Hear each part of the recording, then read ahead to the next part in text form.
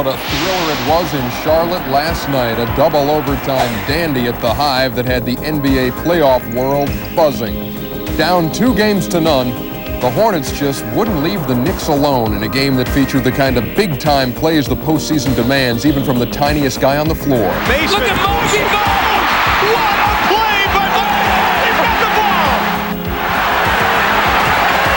What a goal! Who's going to make the outside? Yes! Remember, that's the one he would not take the other night. Do you learn from your failure? If you're Mosey Bogues, you do. I get in the rhythm. I feel good taking the shots, and I think my teammates did a pretty good job finding me. I wasn't hesitant. I was just letting it go. The worst thing you can do is miss. That's what Doug just told me. So with the home team having won every game in the semis, the Spurs went to Game 3 determined to keep the streak intact as they rose to meet the challenge of the Suns. The Cavs returned to Richfield after 2 downers in Chicago. And to the surprise of no one, number 23 taped up the wrist, went to work.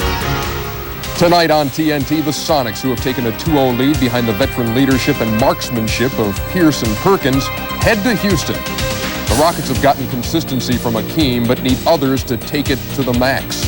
The NBA playoffs, they're practically indescribable. So we got something here tonight, a spirit of camaraderie, conviviality, of unanimity and solidarity that is surpassing all that's in its wake. Just what I was going to say.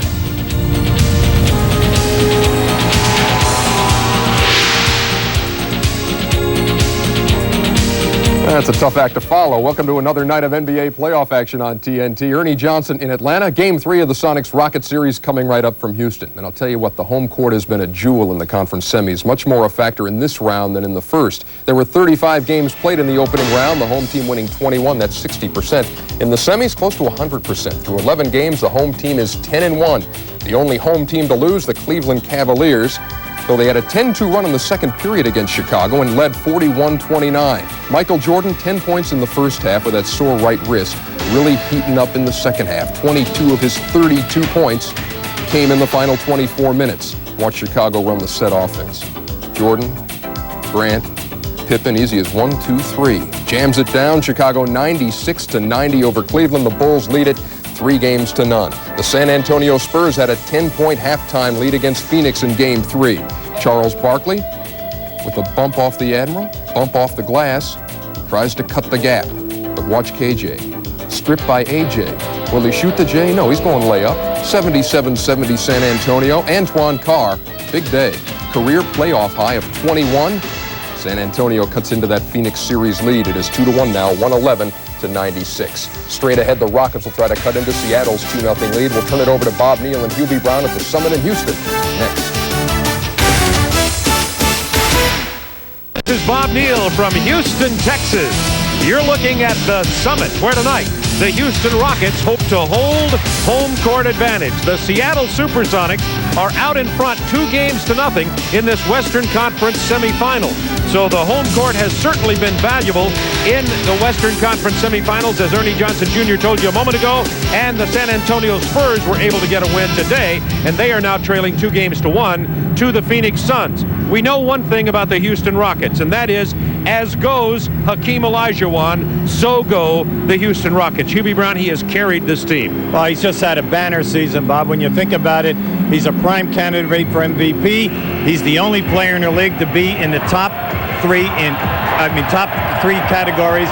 Fourth, look at the blocks, the points per game, and the rebound. He's topped all of them in the playoffs. Then when you add to it 13th in field goal percentage and 13th in steals, you can see why he did win this award. Not only a shot blocker, but he leads all centers in steals. He's been named the NBA Defensive Player of the Year, is going to receive the award here at the Summit. Here's PA announcer Mark Seegers. Ladies and gentlemen, at this time we direct your attention to center court, where NBA Commissioner David Stern will present the 1993 NBA Defensive Player of the Year award to our own Hakeem Olajuwon.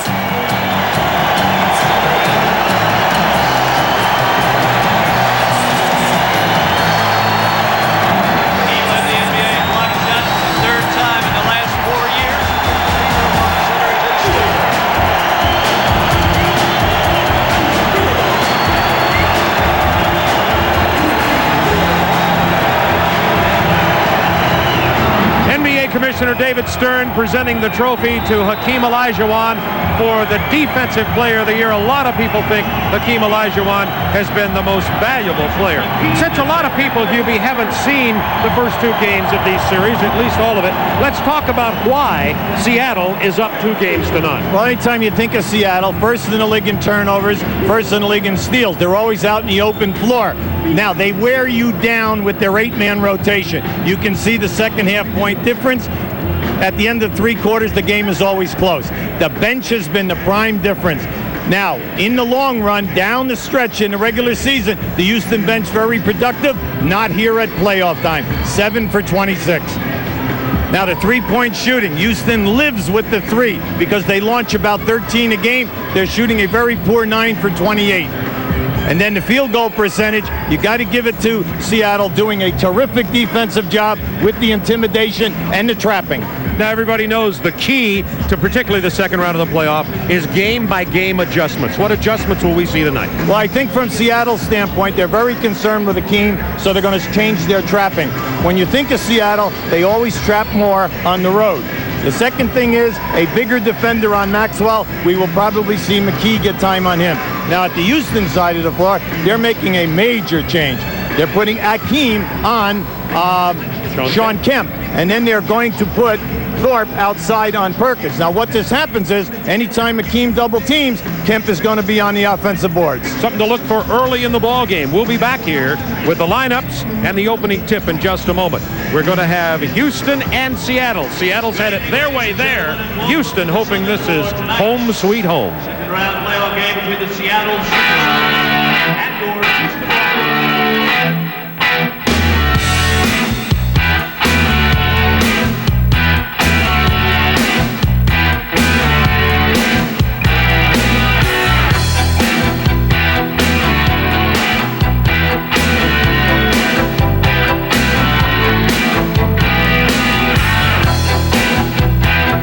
Hubie Brown with you from the Summit in Houston, Texas. Seattle leading 2 games to none in this Western Conference Semifinals. Let's have a look at tonight's Jeep Eagle starting matchups. This is the key you're talking about in the opening. Now, this is a gamble right here. Olajuwon going up and playing Kemp.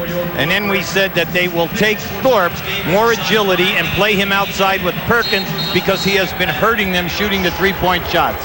George Karl is the coach of the Seattle Supersonics. 14-16 in the playoffs at 55 wins. He's 9-7 in the playoffs here with Seattle.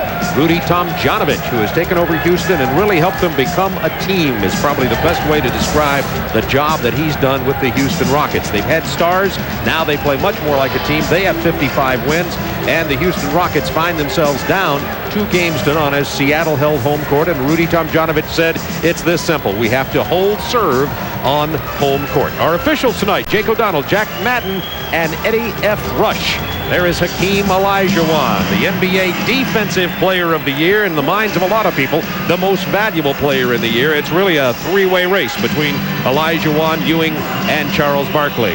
And the big trade, Sam Perkins, when he went from Los Angeles to Seattle, has really changed the chemistry and the way this team can play, and he's certainly done a job in the playoffs, particularly when he plays away from the basket with his 3-point shooting.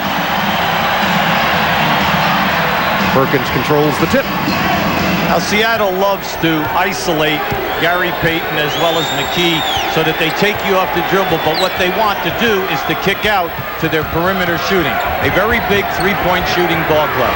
Payton couldn't find anybody, so he launches a 3. Here comes Vernon Maxwell. He has the broken bone in his left hand. You see it taped up. Maxwell for 3.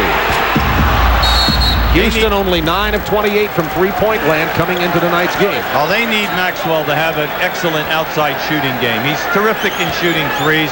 Over the last 3 years, he's made 120, 162, and another like 140. So you know this guy can put them down. That was a wide open one. You'd like to see them get off to a good start because they have excellent athletes. Derek McKee handling the ball. 8 seconds on the shot clock before they get into the offense. Ricky Pierce with 5 to shoot. Maxwell hurt that left wrist. Kemp with only 3, excuse me, Hubie, and Houston back with the ball. Now you can see now the wrist, Maxwell was out with that broken bone in the wrist, and you can see that he was really smarting.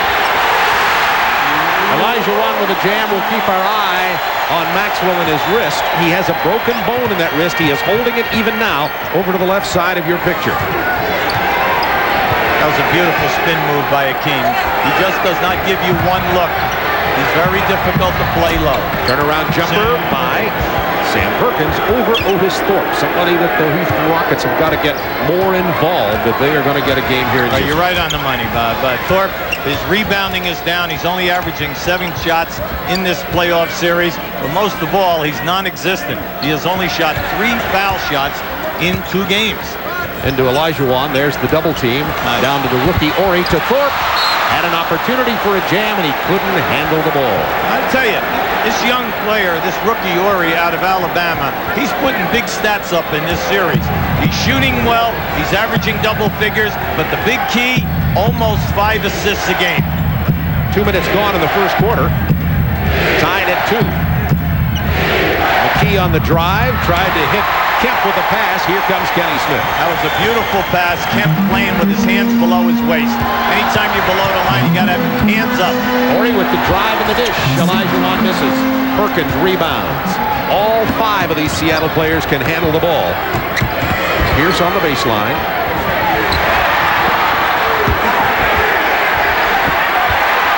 Rebound Ori. Kenny Smith has Thorpe out in front and Maxwell. Smith all the way to the hoop, went to the left hand and drew the foul. Good shot block that time by Perkins. We have 2 very, very quick teams from top of the circle to top of the circle. They're excellent defensively, but they get the job done differently.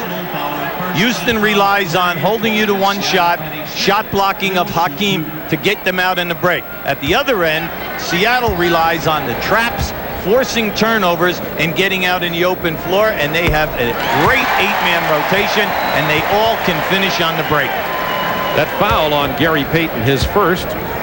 Smith goes to the free throw line. Kenny, who is a new daddy. Daughter Kayla Brianna, born just yesterday. Both daughter Kayla and wife Dawn doing well, and a big smile on the face of Kemp. Happy man.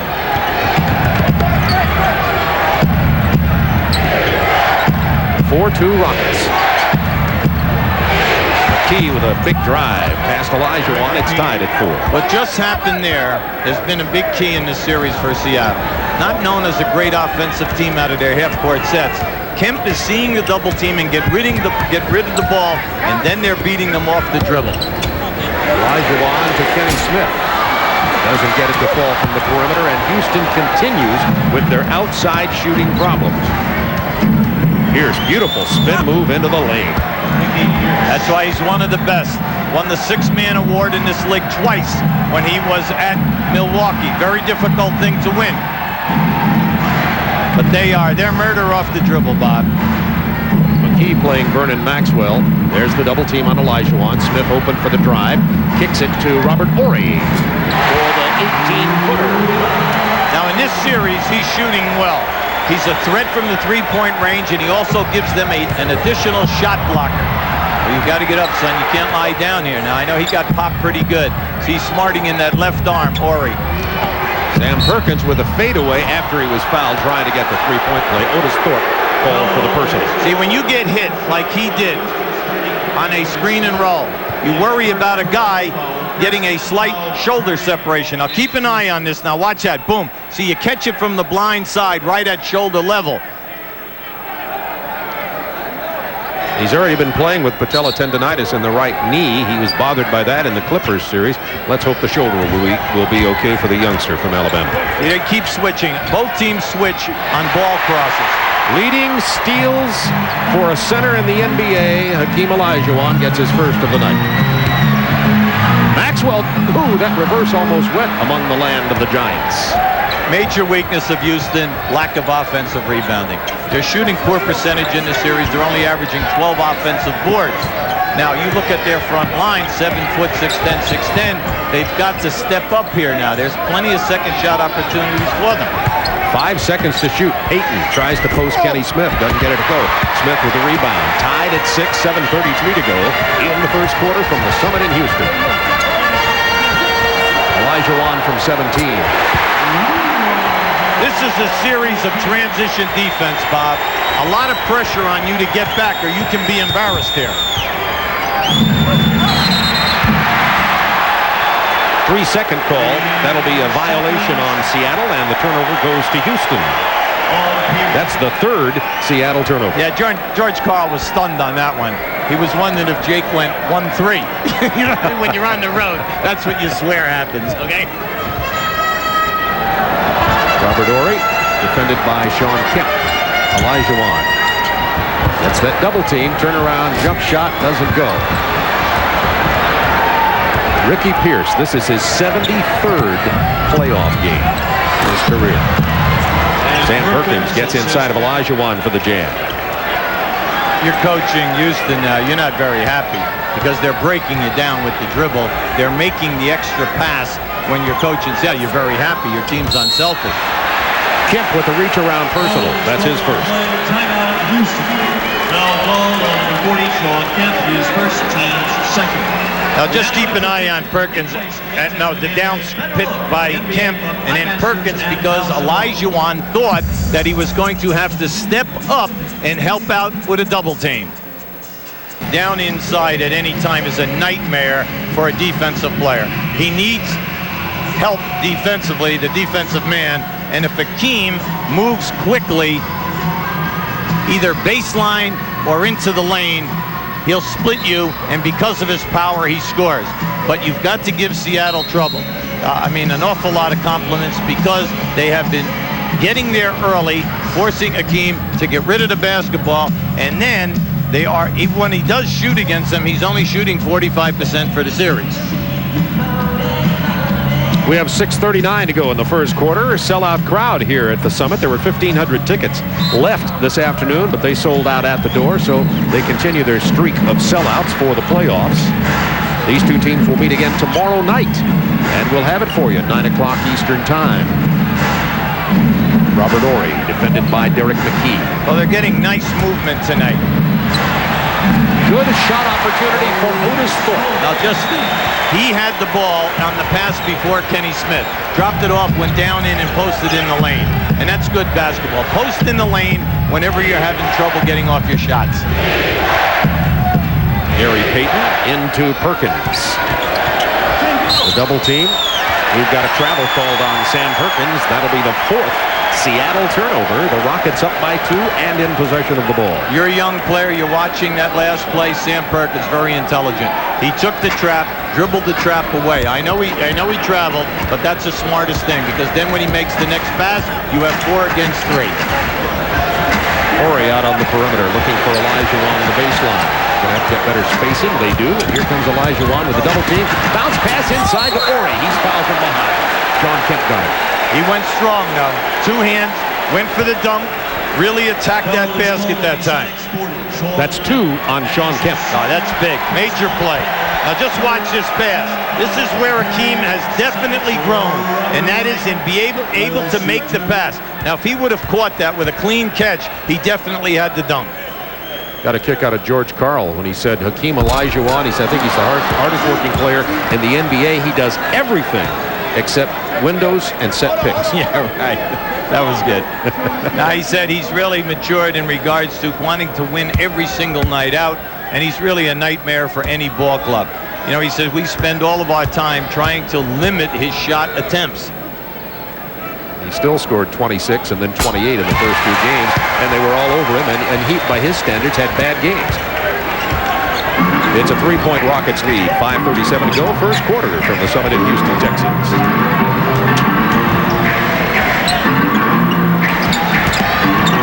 Perkins open for the 3.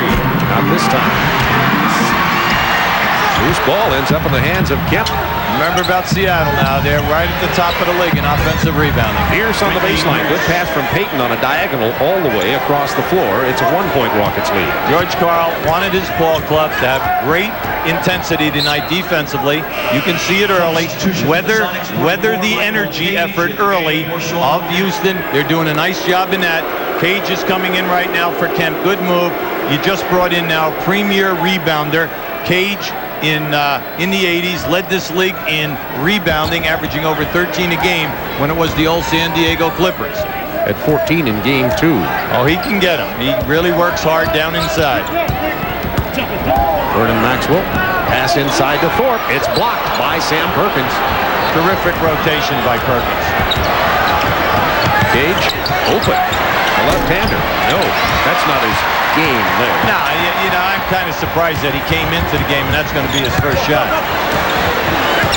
Olajuwon down low, kicks it out for Kenny Smith. That's a three. Yes. See, Hakeem accepts the double and triple teams well now, and instead of forcing the shot, will diagonally pass out. Now, if they can just make these shots, up in Seattle, they missed them.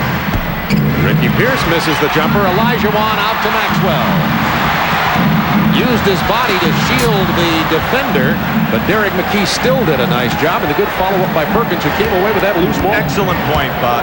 McKee forced him to change his shot and take a bad percentage shot. He should have shot that with his left hand. Maxwell's 0 for 3 in this ball game. 7 to shoot. Payton with his first basket of the night. What I see in this series is that Seattle gets better percentage shots. Houston has easy shots, but they're easily bluffed into changing from a high percentage to a low percentage release. Kenny Smith with the penetration, the dish to Thorpe, who has his second field goal.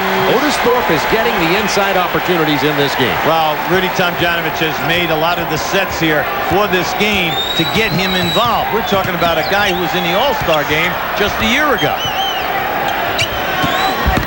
16 to 12 Rockets.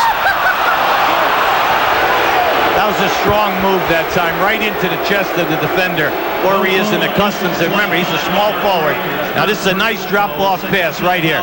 If they are going to beat Seattle, especially tonight, they must recognize the switching, take advantage of the mismatches. Now, this, he comes right back into the chest. See, when he put the hand in there, he got that first chest contact, shoulder to chest, and moved him back.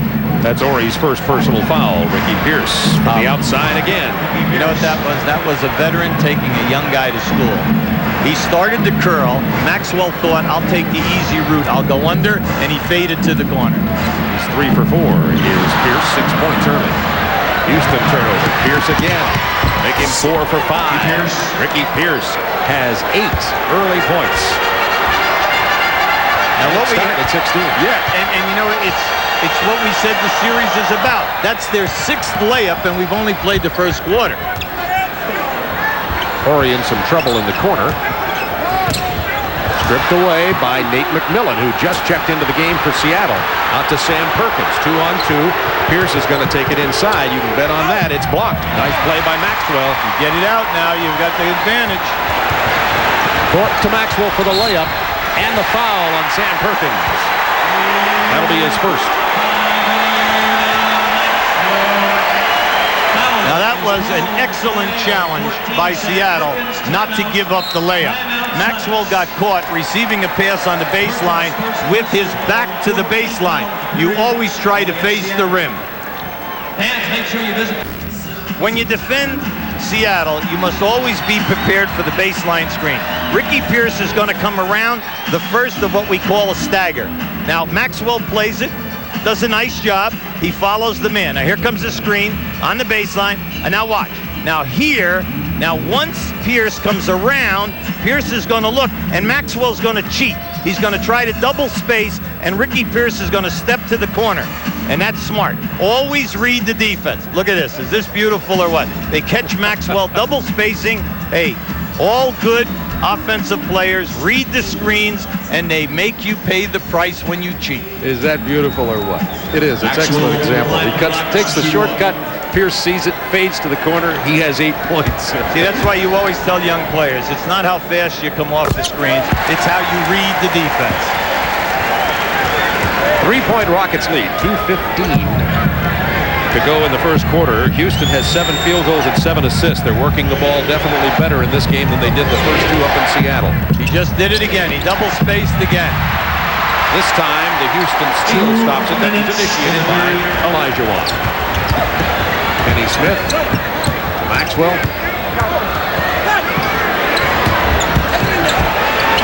Penetration, tough move. McKee rebounds out to Nate McMillan. Every time that you think Houston's going to get an easy layup, they change the shot. Horry keeps it alive and gets the rebound. Outlet to Kenny Smith. Pull up.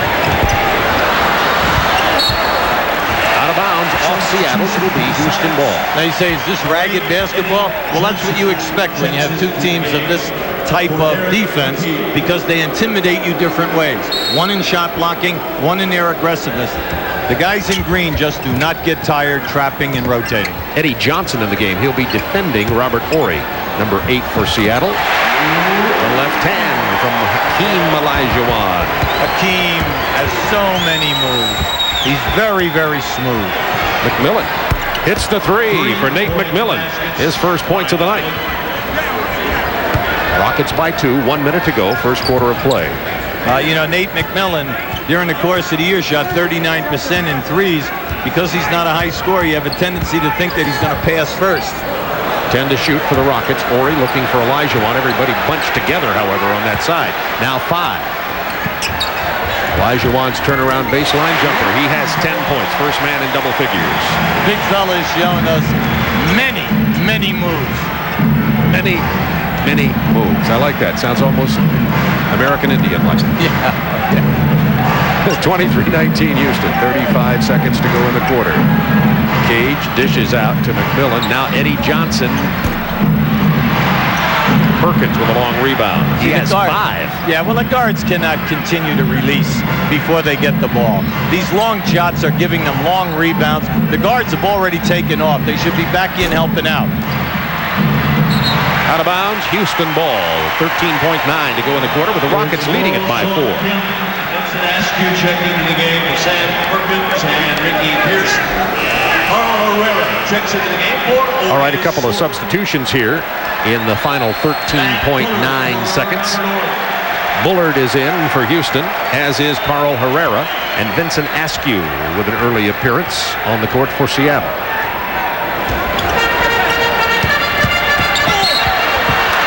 Two-shot foul. Kenny Smith on the way to the hoop.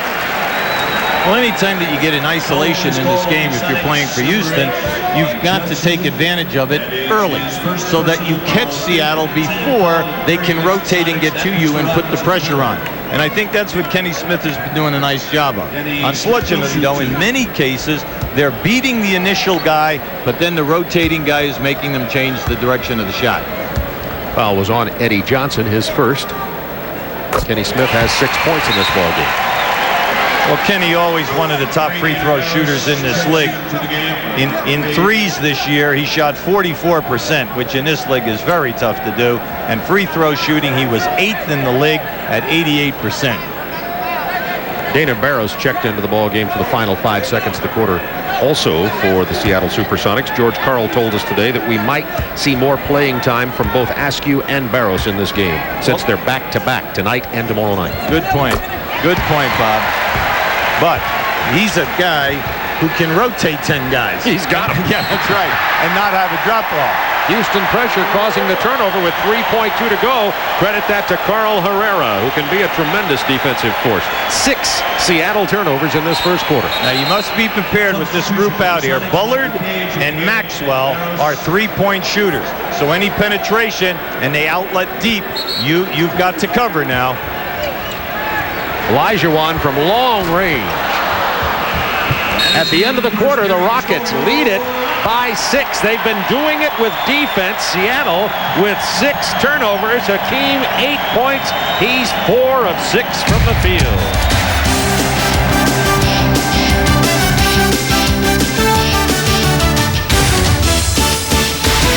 Conference Semifinals. This is game 3 between Houston and Seattle. Seattle leading 2-0 in the series, but the Houston Rockets have a 6-point lead here at the end of the first quarter. They have forced 6 turnovers from the Seattle Supersonics. Unusual. Yeah, unusual because they're only averaging 10 in the 2 previous games. That's a big factor. And then also, Shawn Kemp picking up the 2 early fouls. Second 12 minutes of this ball game. Nate McMillan, Eddie Johnson, Vincent Askew on the floor along with Cage and Kemp for Seattle. Winston Garland is in for Houston, number 22 at guard. Olajuwon from 18 feet. Rebound Vincent Askew, the swingman, 6'6" guard forward.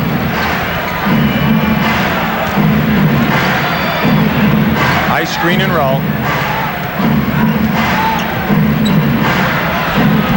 Bullard on Eddie Johnson. He dribbles right past him. Olajuwon gets the block.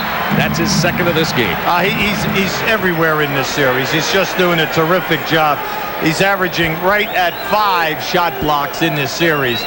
Now just watch where he comes from right here. He thinks a rebound is up, so now he recovers and he still has the athletic ability to get the shot. Eddie Johnson from 19 feet. Son Kemp is taken to the floor by Herrera. Now we know there's never been a shot invented that Eddie Johnson doesn't like. Okay, I mean, he can get them all off. 4-point Rockets lead. Opening moments of the second quarter. Bob Neal, Hugh Brown with you from the Summit in Houston. See with Bullard, just jam him. Excellent play by McMillan. Just stepped in front of Herrera to pick off that pass. Well, they trap Bullard. He's not accustomed to being trapped, and then they rotate so well they pick it off. That's an offensive foul. See, George Karl very frustrated right now, and he has a right to be. And the big thing right now, just watch this trap. See, they're going to trap it. They're going to force a guy to make a pass. He goes a little mustard behind his back. Boom, there they are. They are relentless in their rotations. The guys sacrifice, give the extra effort. Olajuwon trapped on the baseline, throws it into the hands of Nate McMillan. 2-on-1. Eddie Johnson doesn't get it to go as Bullard is there, and Garland gets the foul. Winston Garland, his first personal foul. That's Winston Garland's first. He stepped in and gave some good minutes to the Houston Rockets during the injury to Vernon Maxwell. Now here you have a 2-on-1. See, McMillan should have given it up early. See, if he would have given it up early, he could have gotten it back for an easy shot. Bullard's 6'10", and he definitely changed that shot a little bit.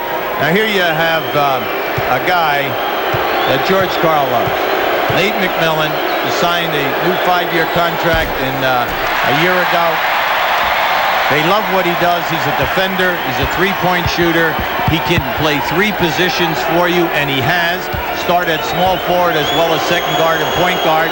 Very unselfish, a winning player. He is struggling from the line, less than 60% during the playoffs. He misses both of those. They were the first free throw attempts for the Seattle Supersonics in this ball game with 10:17 to go in the half. And Seattle went 22 of 22 the other night before they missed 5 in a row, but they're 0 for 2 to start here tonight and have only been there 2 times. See, the offense continues to go back. Oh, wow. Offensive foul on Smith. Yeah, he got popped. See, he caught him with that forearm right across the jaw. Now just keep an eye on this as we're going to try to show this to you. Now watch the extra pass. They step up real good, and then as he comes, there it is right there with that lead forearm. Academy Award. I'm going to send you out there to take one of those at halftime. See if you're going to be around for the second half. Oh, no. Could I take back what I just said? Yes, I hope so. I'm sure that Nate McMillan took a real tough shot there, and I have to admire his courage. How's that? We'll be right back. Rockets by 4, 9:53 to go in the half. Vincent Askew defended by Maxwell. Eddie Johnson's leader. Rebounded by Herrera. You have to pay attention with Garland now because he can score.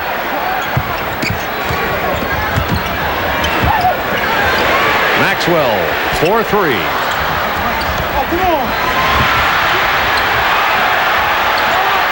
No, in the NBA, that is not a travel. Look at the one-touch pass. Excellent job, Eddie Johnson finding Sean Kemp under the basket. George Karl said early, we want that energy defensively, no individual play, make the extra pass. We're seeing it. Now, if they could just make some of these easy shots, they would be pulling away from Houston. Foul away from the ball on Michael Cage. Now, this is just great hustle by both players, and then the presence to get it out of there. Now, keep an eye on this long pass to Eddie Johnson. Touch pass, nice delivery. Foul was on Michael Cage, inbounded on the sideline. Good interior defense. There's a real wall there by the Supersonics. Oh, they recovered. Over to the wing and in. 3 seconds. That's 2 times that's been called in this game, 1 against each team. Well, you see, the defense recovers so quickly that it causes frustration to the man who has the ball. And that's what we said at the top. It sounds easy. Read the double teams, read the switches, and then you've got to adjust quickly. Eddie Johnson from 19. Ford got a piece of that, maybe a piece of his arm. Houston is scoreless for 3.5 minutes in this quarter. And remains scoreless as Maxwell is knocked into the camera section. Now he took that one to the rim, Bob, but I did not think that was a strong finish. He lucked out of that, catches the foul, and now McMillan is saying, look, go to the line. Nate McMillan's first personal foul, and this will be the opportunity for the first points of this quarter for the Houston Rockets. At the conclusion of tonight's game, Hubie Brown and I will be selecting the Budweiser player of the game. See, Maxwell really not a great foul shooter. He only shoots 72%. Now, he gets to the line a lot because of his explosiveness on the break and out of the half-court set. But they need a big game for him tonight. He's shooting about 90% in the playoffs. He's better than a regular season. Big power move from Michael Cage. Power is the right word when you look at that body. Sent that one down. A great pass to him. Now watch the trapping here now. And the old story. Anytime that you get the switch or a guy rolls, get him the basketball when he's out in front. Nice move. Wave off the basket. They got him out high. Naturally, the people, Bob, would have loved to have had that basket on a continuation move, but Jake O'Donnell had that whistle early. Now just watch. Here's a nice release. They catch Ori anticipating the screen and roll, and then what happens? They get the easy dunk because the man is going strong. There was the kick. Jake had already blown the whistle. No continuation. That's 2 on McMillan. Houston's 6-point lead at the quarter has been cut to nice 2. Strong now. Herrera traveled, and now the Rockets have only 2 points in 4 minutes 15 seconds. See, that can't happen in a game like this, Bob. That was an excellent pass out of a double team. You have a layup opportunity. Now you just can't stand in there. You've got to go strong. You're standing under the basket. McMillan over Herrera. Tough shot. Was flipped out of there by Thorpe, controlled by McMillan. Eddie Johnson. Knocked out of bounds by Kemp. Houston ball. Houston has 5 turnovers this quarter, Hubie. Well, they've done that quite a bit in this series. They come in rashes. And any time that you're a gambling, trapping defensive team, you know, you'll be going with a lull with all your traps. And all of a sudden, there'll be a sudden burst of energy from the 5 guys, and they cover well for like 3 to 4 minutes, and then you'll see the turnovers. Inside to Thorpe. He gets that one. So Thorpe has 6 points, and they've all come from right inside. See, anytime that you're getting trapped on the side of the lane, post the guy up in the lane at the dotted line, everybody plays behind. Then he's closer to the rim. 10 to shoot for the Sonics. Gary Payton back into the ball game in the paint. Nice move. Tremendous athlete. Yes, and he's having an excellent year and a great playoff. Maxwell hard to the hoop. He got McKee backpedaling. He could do nothing but let him go to the hole. That's the Mad Max that we have to see tonight. Rockets by 4. 6:33 to go in the half.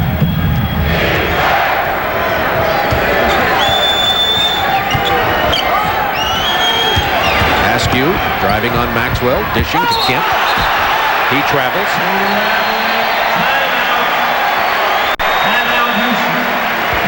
You know, it is ugly. We have to be honest about this. That's a strong move by Max. But you must give credit to the defense. We are seeing terrific half-court team defense. Houston has held to only 6 points in this quarter. Both teams playing good defense. Well, they're really doing a nice job in their rotations. Now, this is to back up what we're talking about. Point differential, Seattle led the league. Steals first, turnovers first, and then they surprise you. They're 5th team in regards to points allowed, but they're also 5th in the league in scoring at 108. Why? Because all of those turnovers and steals during the regular season add up to a lot of layups. so they get out there and they kind of surprise you. They led this league in beating teams by more than 10 points, 37 times. Number one. Sonics had a great chance to take a lead here with the 5 turnovers by the Rockets, but couldn't get it done, and the Rockets continue to lead by 4 with 6:14 to go in the half. Well, Corey back in the game. They're trying to buy time without Olajuwon, Bob, you know, and it's interesting. This guy's, if he'll step up big, they'll be all right. Scott Brooks is in the game at guard, defending Gary Payton. No question about it. Seattle much stronger after you get past that starting lineup than the Houston Rockets. The lob inside to Kemp. Stripped away and the foul committed by number 1. I think he has the right to be stunned, all right? From our angle, now he might have caught him across the wrist, but from here it looked like he had all ball. Let's just keep a good look at. Watch Brooks on the baseline. There it is right there. Wow, that looked to me all ball right on the top. Scott Brooks is 28 years old, but he looks like sometimes he's about 16 and got in on a pass, you know, until you watch him play. Absolutely. Scott is from University of California, Irvine. This is his 6th year in the league. The guy on the line had a terrific season. 12th in the league in blocks, 12th in rebounding. He's right there in points scored for his ball club. He's 2nd. Now here comes the traps. This is the first time they've come down the floor. You've got to punish them when they do that. They're coming with 3 guys. You're going over the top. You have a major advantage. Hakeem Olajuwon back on the floor for Houston. He's never out long with the ball. To Ori. 3 seconds to shoot. Ori drains it for 3. If I'm playing Ori, I'm going to make him dribble the ball, Bob. He's a 3-point threat. Plus, he's having an excellent series. You've got to go out there and say, hey, fella, you've got a bad knee, tendonitis. I want to see you beat me off the dribble. They isolate McKee now. Here comes the double team. Somebody will be left open. Good rotation by Houston. Finally, Eddie Johnson gets the open shot from 19. McKee gets the tip in. The difference in the game on the boards, offensive boards, Seattle 5, Houston 0. Rockets by 3. Scotty Brooks, 5'11", generously listed at 5'11". Illegal defense call against the Sonics. That'll be the first call, inbounded on the sideline. George is frustrated. He feels that his guys are doing an excellent job, and they have, Bob. Let's face it. They've gotten away with all of this double teaming. That's the first time they've been caught, and we have 4.5 minutes to go in the half. They are really, now look, they're not scoring. They're having a horrible night offensively, except they're right in the ball game. And you know, this is how the first 2 games went. And then, boom, comes the explosion in quarter 4. Olajuwon. Spin move. Not this time. Got his own rebound. That's the first offensive rebound for Houston. Maxwell. Misses the 3. Thorpe. Another offensive board. Back up strong. Nice. Thorpe has 8 points. They need him. They need him to step up. He's a big scorer and a terrific rebounder. Kemp's turnaround jumper is tipped up and missed by McKee. Ori comes away with it to Scott Brooks. Very quick.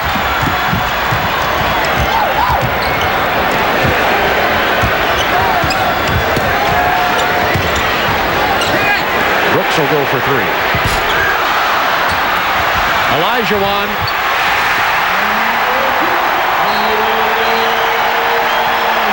Since we announced they had no offensive rebounds, they have really come to the front.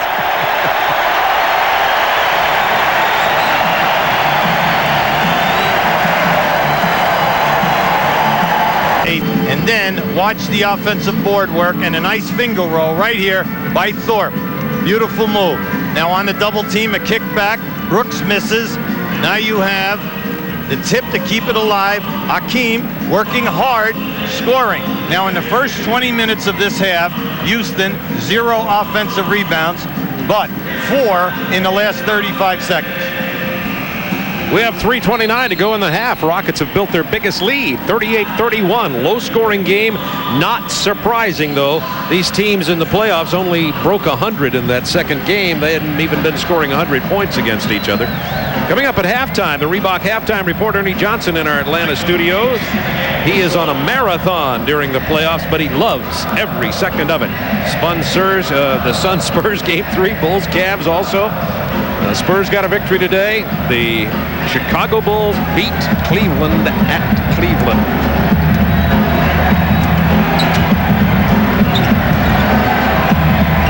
Beautiful fade.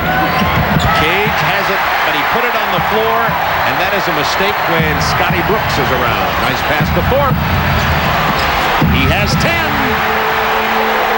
Thorpe's been averaging only 12 points. In the playoffs, he has 10 before halftime, and Houston on a 6-0 run. Biggest lead of the game, 40-31.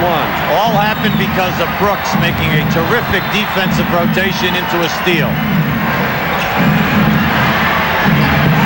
Pierce has it blocked by Maxwell. 2-on-1. Nice. Brooks unselfishly to Maxwell for the lay-in. And now it's an 8-0 run and an 11-point Rockets lead. They are on their feet at the Summit.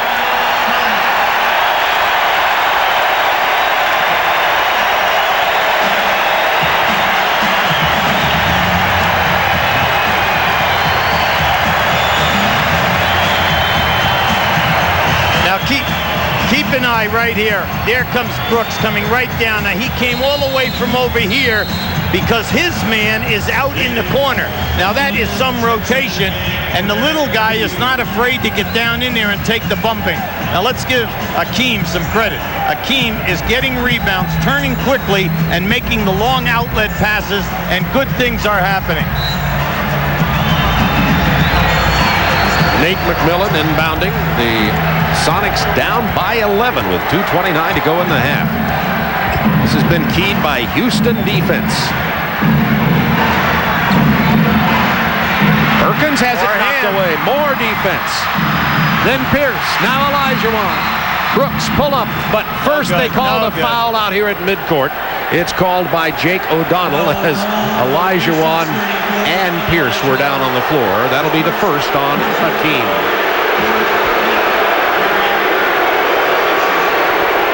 That was a shame because Houston really had it out there, had the numbers.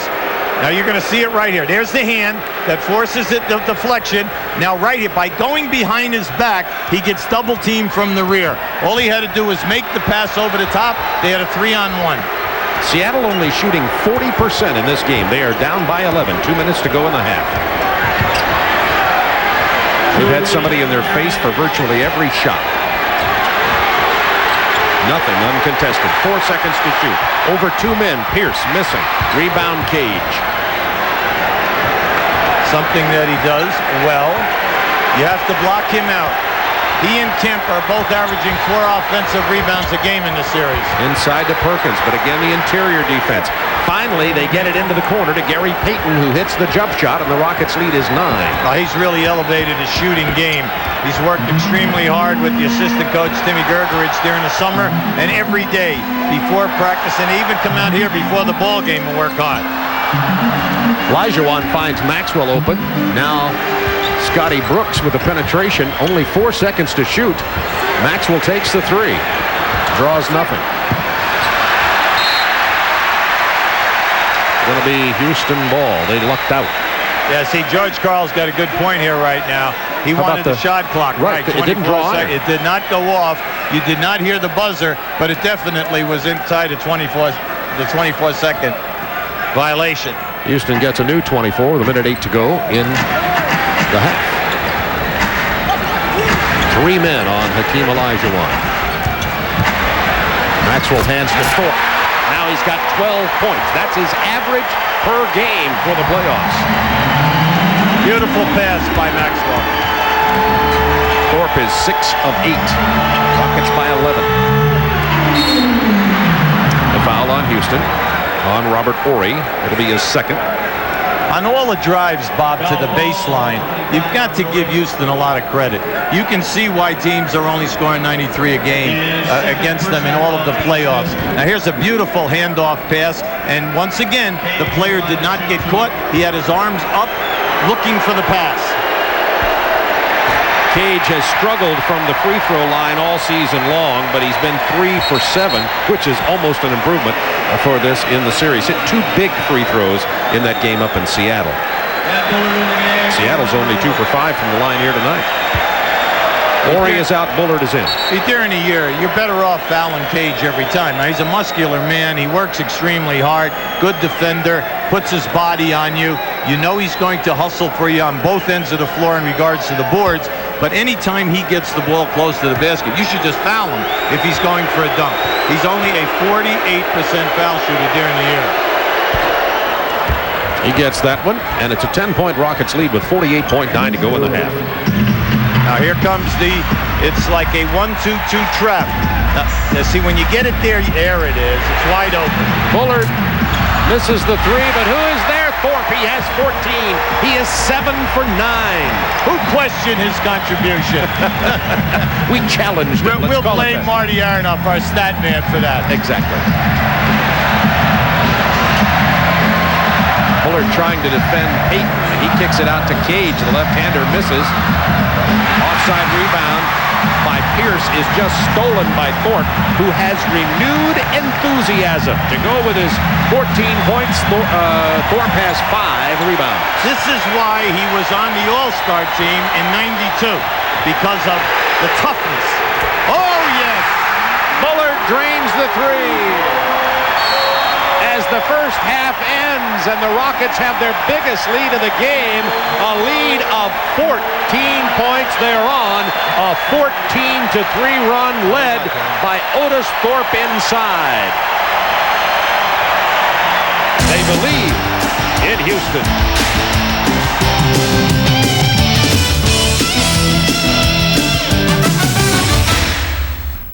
After 24 minutes at the Summit in Houston, the Rockets down 2-0, lead the Sonics by 15. Ernie Johnson in Atlanta with the Reebok halftime report. Holding serve on the home court has been the story of the conference semis, and in the West, the home team has won every game. Houston is trying to keep that streak intact in the game we're watching now, while the Spurs got back to Hemisphere this afternoon and got right back in their series with the Suns.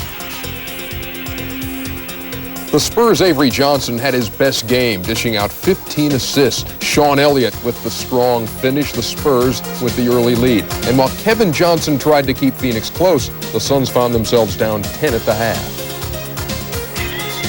We didn't meet them with the toughness. The emotion is one thing. That comes and goes. We knew they were going to play emotional, but I think they backed it up with some toughness and pushed us around a little bit, and I don't feel that we met the challenge. And we didn't play smart basketball. We turned the ball over a lot. We had a chance right at the half to get down about 4 points, and we ended up going down 10 at the half. And, you know, they just kept that comfort zone, that 6 to 8 point lead all game long, and played on emotion, did what it took to win. With the Admiral in foul trouble, Antoine Carr delivered on the offensive end. Big Dog with a career playoff high 21 points, hitting 10 of his 14 shots. And San Antonio played some big-time defense. 10 steals, 5 of those by Avery Johnson. And the Spurs knocked down some timely jumpers. Dale Ellis stakes them to a 15-point fourth-quarter lead. You know, Avery did a nice job of finding me in the transition game. You know, their defense broke down a few times, and I was able to pop through. And how about the Spurs bench outscoring the Phoenix reserves 28-19? Terry Cummings coming off the pines for a dozen. San Antonio remained unbeaten at Hemisphere in the playoffs, cutting the Phoenix lead to 2-1, but Sir Charles and the Suns remained confident. We didn't expect to sweep this team, but we expect to win this series. It's just one game. They got to win. They had to win today. We didn't. The final from Hemisphere, 111-96. 2-1 is the Suns' lead in the Western Conference Semifinal. As far as the series summary goes, look at the guys like Elliott, Ellis, and Johnson picking it up after sluggish games 1 and 2. Their production in Game 3 much better, and Danny Ainge 3 out of 19 for the series. The Suns were 0 for 10 from three-point land in Game 3 today. And when the Reebok halftime report continues, we'll set our sights on the East, where for the first time in this round, the home court was not friendly, putting the Cavs in dire straits.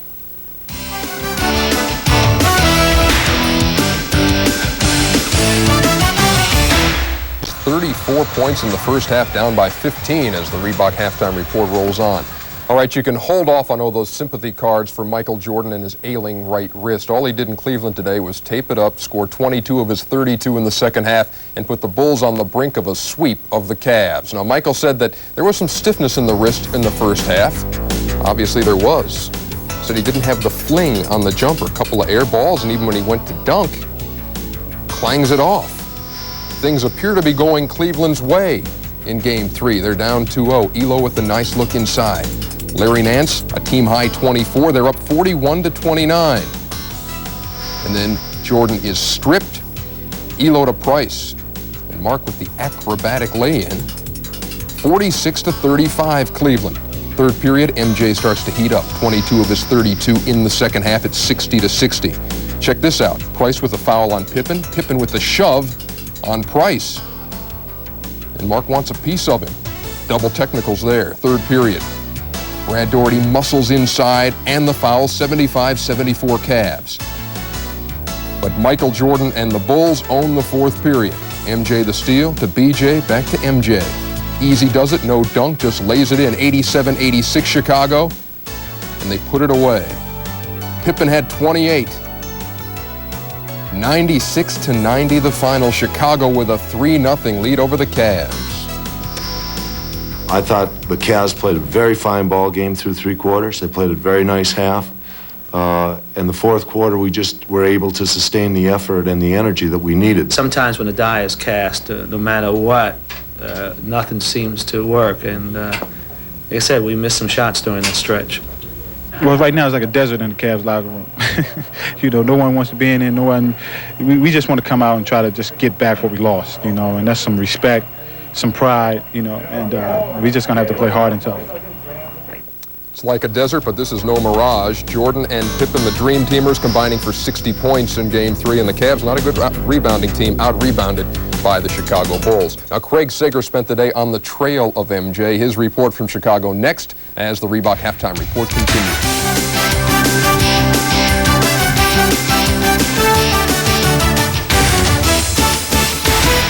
Was Michael Jordan. How would his Game 2 wrist injury affect Game 3? Craig Sager had the assignment of covering MJ. Even when handicapped by injury, Michael Jordan has never found the risk sufficient to be on the bench. In the face of adversity, injury, and pain, he played 40 minutes and displayed the talent that makes him, even with a hand down, a leg up on anybody else, leading all scorers with 32 points.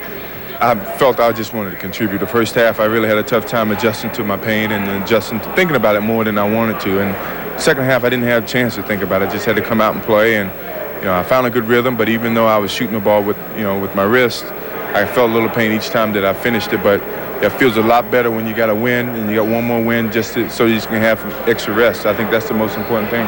His pain threshold is very high. And for a guy who can come out with a bad wrist early part of the day, who couldn't use his right hand, and he come out and score 30-plus points for us, it's nice finally for me to be on his side before this time, because for so many years I've been on the other side. And I know what it feels like. When he's not shooting, he's getting everyone else involved. And if they're hitting, then then it's scary, because he's not shooting and they're holding their own. And at any time that he's going to step up his game. At any time he's going to get involved. And I think he got very involved in that third quarter. And the other guys, Scotty, Horace, BJ, they all stepped up and did a job also. I'm just amazed. I'm amazed at how he played in the second half, because I knew in the first half he was hurting. He couldn't follow through in his shot, and you can't shoot the ball unless your wrist feels very loose, and he was shooting with all elbow in the first half. And the second half, I think he just decided he was just going to let it go, and if it hurt, it hurt. So even with Craig Sager covering him, Michael Jordan, 32 points, 6 rebounds, and 5 assists. Will it be a Chicago sweep? We'll find out Monday. The Bulls and the Cavs here on TNT, 8 o'clock tip. Coming up next, the third period from the Summit. Houston with a big lead at the break.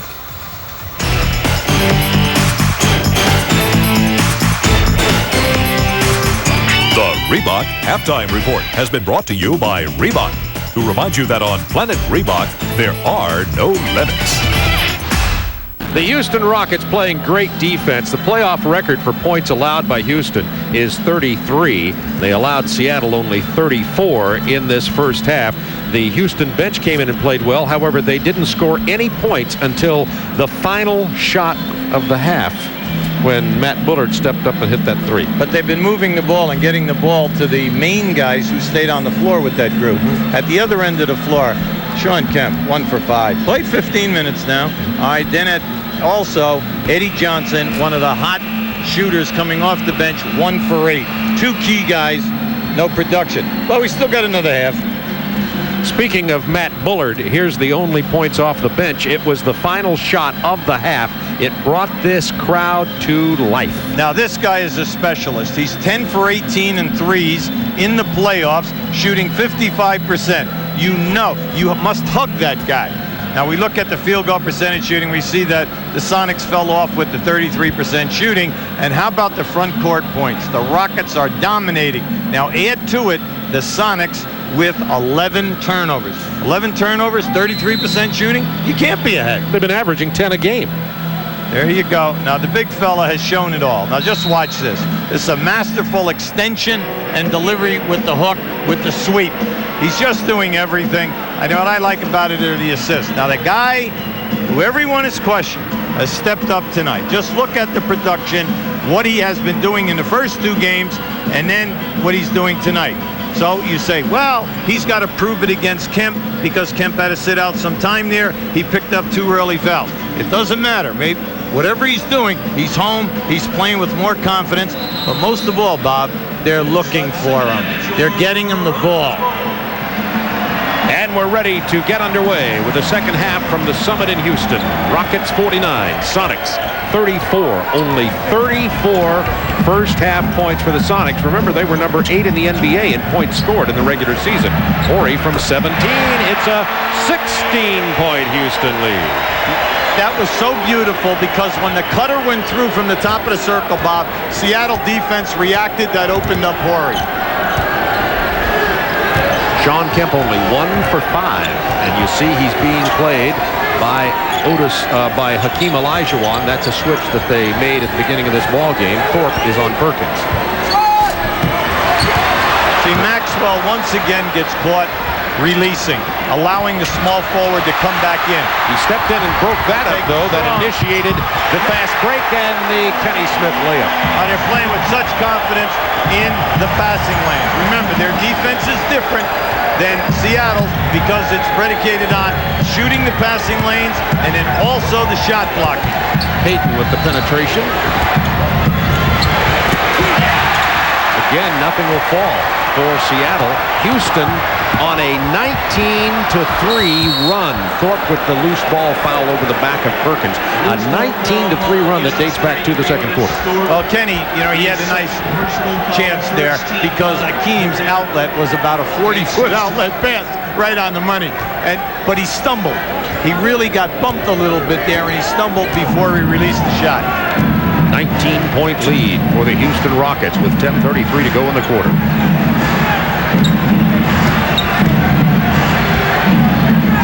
Derek McKee. Kemp got inside on the block and didn't take the shot. Spins inside. Blocked by Olajuwon, but they're going to call it goaltending. Credit the basket to Sean Kemp. He's now only 2 for 7 tonight. That was not an easy score. I mean, he really had to work for this. Now just keep an eye on it. They almost get it. Now here he has. Hakeem could have had the foul, and you also could have had right there with a push-off. He had to work for that one. Olajuwon finds Horry. Horry tried to make the pass right into the hands of Sean Kemp. Here is Payton's turnaround off the glass over Kenny Smith. What a terrific steal by Sean Kemp. That's like a defensive lineman intercepting a bullet pass from the quarterback at the line of scrimmage. Absolutely. 53-38 Houston. Another turnover. This time it's McKee who comes away with it to Sam Perkins to Kemp. Perkins for 3.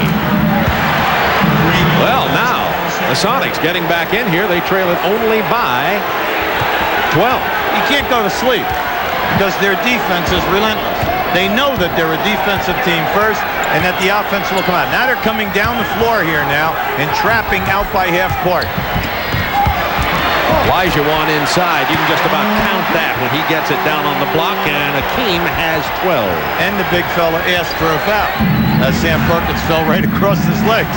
9 minutes to go, third quarter. 55-41 Houston.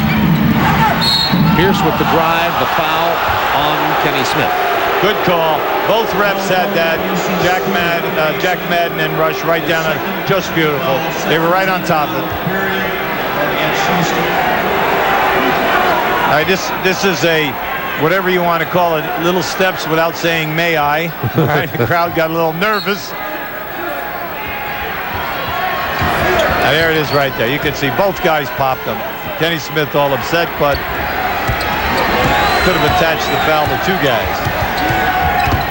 Nobody can get loose on the screens down on the baseline. Excellent defense by Houston. That was a double dribble. He dribbled, picked it up, and dribbled again. Kenny Smith setting up, looking for go inside. Robert Horry. They had the mismatch with Olajuwon and got there too late. It's Houston ball, 8 on the shot clock. You must see that. They had Gary Payton pinned behind Olajuwon. Olajuwon had him on his back and was calling for the ball.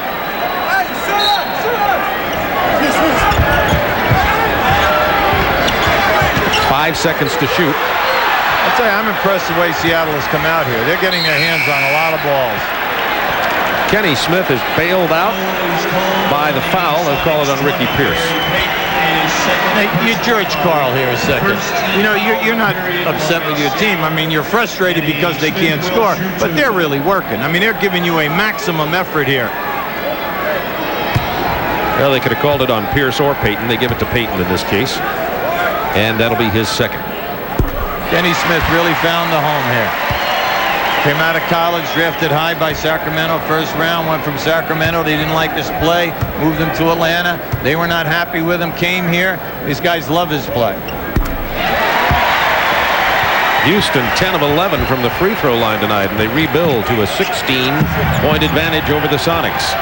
Well, to me, at halftime, when you got a powerful club like Seattle and you only take 6 shot attempts, you know that you have not established any kind of interior game. Payton from inside the paint. Offensive rebound, Derek McKee, but he's got Hakeem Olajuwon staring him right in the face. Kicks it to Payton. Over the top, that'll be Houston ball, leading by 16, 7:58 to go in the third quarter. George Karl with a, this may not be the night look. Yeah, you're right, but he knows that his club can turn you over with a rash of turnovers. Just hang around there, be 10, maybe 10 down, 10 to 9 at the start of that fourth quarter, and you're right in the game.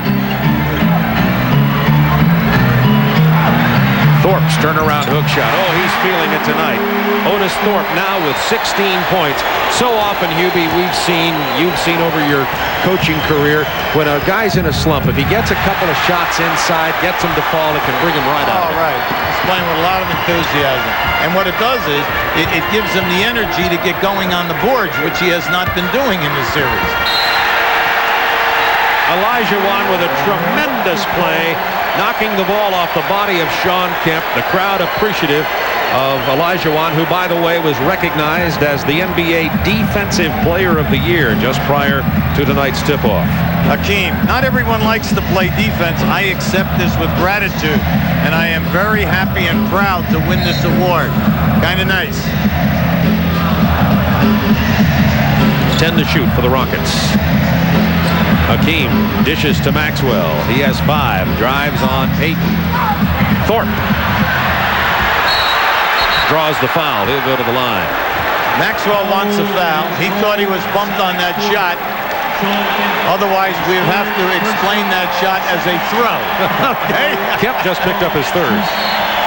Well, mainly because that was a beautiful rebound by Thorpe, and then the presence of mind to throw the 2 head fakes, get him up in the air, then make your move. Bounce the Rockets leading tonight by 18, 7:05 to go in the third. Hubie and I'll be right back here at the Summit tomorrow night at 9 Eastern time when the Rockets try to even the series. Then Game 4, the Cavs' last hurrah against the Bulls. They'll have to win it if that series is to advance beyond 4 games. Monday at 8 Eastern time, Gary Bender and Bruce Gibbons will have that ball game for you.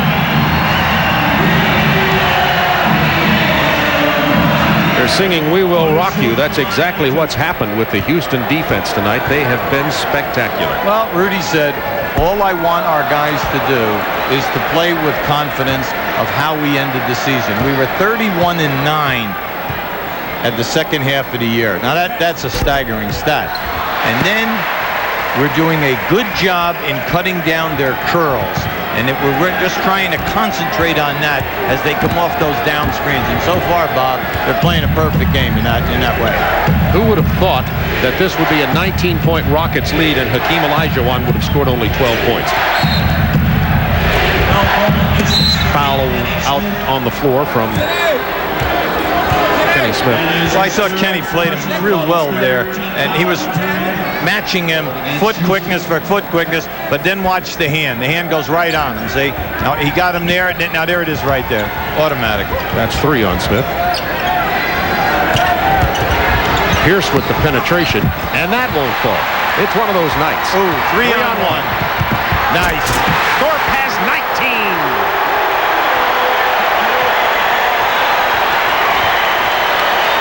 Reward those big men for running. Mark Price tried to do that 2 nights ago to Doherty, and he missed a layup.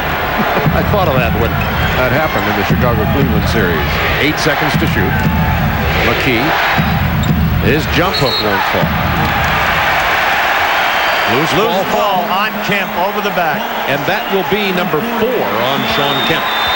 Now just watch this. See, Ricky Pierce and Eddie Johnson, their 2 mainstays, are struggling tonight. Hakeem with the great out, and here it is. 3 on 1. Now you're going to see this. Keep an eye to the left of your screen. There's the push and the bump, putting Hakeem underneath. Well, Kemp is just frustrated. Rockets on another run, this time 9-0. It's a 21-point Houston lead. 6 minutes to go in the third quarter. Olajuwon finds an open lane to the basket, and he's got 14. He's so quick and smooth, and you know that when you hit him hard, you just bump off him. He just turned his body that time, Bob, made it look like a simple layup. McKee with a nice move.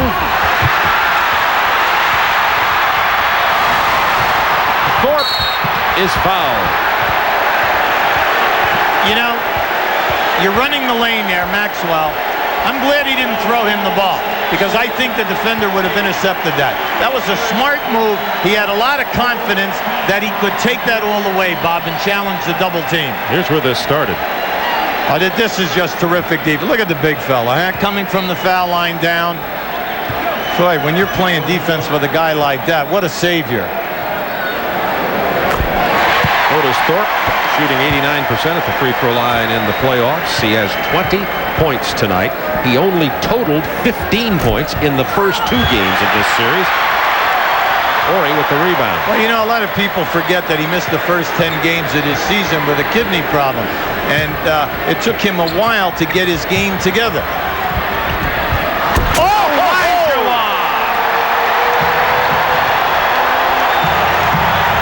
A 14-0 Houston run. Olajuwon got that ball higher than the rim for the jam, and Pierce finally stops the bleeding for a moment. 67-43. The most amazing thing is that the Sonics have been held to 43 points with under 5 minutes to go in the third quarter.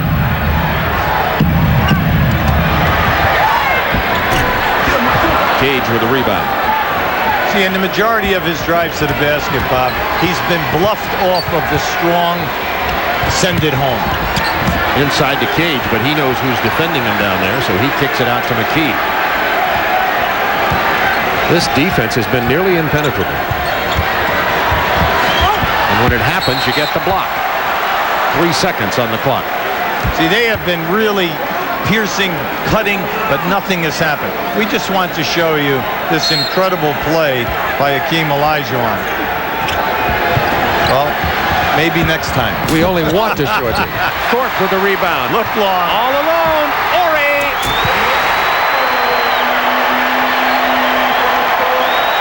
A 26-point lead with 4:16 to go in the third quarter.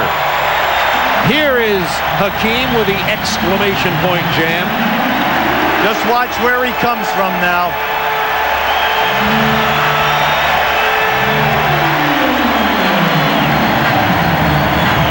Are we going to show you how Ori came open on that long touchdown pass? Now, right here, you're going to see, we're going to stop it for you. Here he is here. He's going to challenge the shot. The rule is challenge the jump shot and then continue to go. And you're going to see the pressure on the shot at 6'10", and he is taking off. Keep an eye on him now. And then Otis Thorpe lays one out there right on the money. And look at this. If this was a graph, you'd see Seattle's going downhill and Houston's going uphill during this ballgame. But, you know, they're kind of losing a little heart, Bob, offensively at this end of the floor. And everything has been negated by terrific challenging on the interior by Hakeem and by Thorpe and Ori. Cage will take it to the hoop. He can't get it because Olajuwon is there. Eddie Johnson has checked in for Seattle. He was only 1 of 8, however, in the first half. Forget about Hakeem's blocks. It's how many he's changed. You just go, never mind, don't think so. That's right. Nate McMillan. Perkins will take the jumper. Not tonight. Thorpe with the rebound. The defensive rebounding by Houston in this half has been outstanding. One of the premier offensive rebounding teams in this league. Seattle cannot get a second shot. Olajuwon with 18. Thorpe has 9 rebounds, by the way, to go with his 20 points. 3:10 to go, third quarter. The Rockets are just completely shutting down the Sonics. That won't count. Wave it off. Fouled out on the baseline against Thorpe, holding Perkins. Foul ball on Houston's 33, Otis. The reason why we keep emphasizing Otis Thorpe here, Bob just told you he's got 9 rebounds. In this series up until now, he's only had 6 a game, and then the lack of points at 7.5 points. So this kind of takes the pressure on Hakeem that he does not have to get every single rebound. He's been working so hard in games 1 and 2. Crowd chanting MVP for Otis Thorpe. For Hakeem Olajuwon, of course. The MVP has not been announced, but Hakeem won the Defensive Player of the Year at only one time in the history since there have been both awards as a player won Defensive Player and MVP, and that was Michael Jordan once. That's in 11 years of awarding that. Ori, no. Followed his own shot, and he draws the foul. Our GMC Truck scoreboard, here's what happened this afternoon. Chicago is 3-0 against Cleveland, 96-90. Jordan with a sprained hand, didn't problem. San Antonio got Phoenix, 111-96. It's 2-1 in that series now. But the Bulls are, Cleveland has just been, it's the knockout punch. Yeah, but you have to give all the credit to the Chicago defense. They have been playing outstanding basketball. And then Michael is on another plane versus everyone else in these playoffs, all right? I mean, he's playing, he got injured in Atlanta, came out and only scored 14 points in 9 minutes. In 9 minutes, with a bad ankle. And then in this series, what he's doing against Cleveland is incredible. First game he decides to score, gets 43. Second game he decides to assist, so he gives an assist to each of the other 4 starters for the first 4 baskets of the game, and then plays with a sore wrist today. It goes on and on. That'll be a new 24-second clock. Eddie Johnson is 1 for 10 in this game. Whenever Seattle would go into like a little valley in a game, Eddie Johnson or Pierce would get it out. 2 guys, 34, 33 years of age, big-time scores. Tonight, neither guy can get a shot to drop. Thorpe's 10th rebound in this ball game. Winston Garland on the floor for the Rockets, along with 2 minutes of the period. Scott Brooks. Ori just lost the dribble. Cage. You don't do that. You just dribble to the foul line, and then the defense will tighten up, and you stop and you drop the pass in.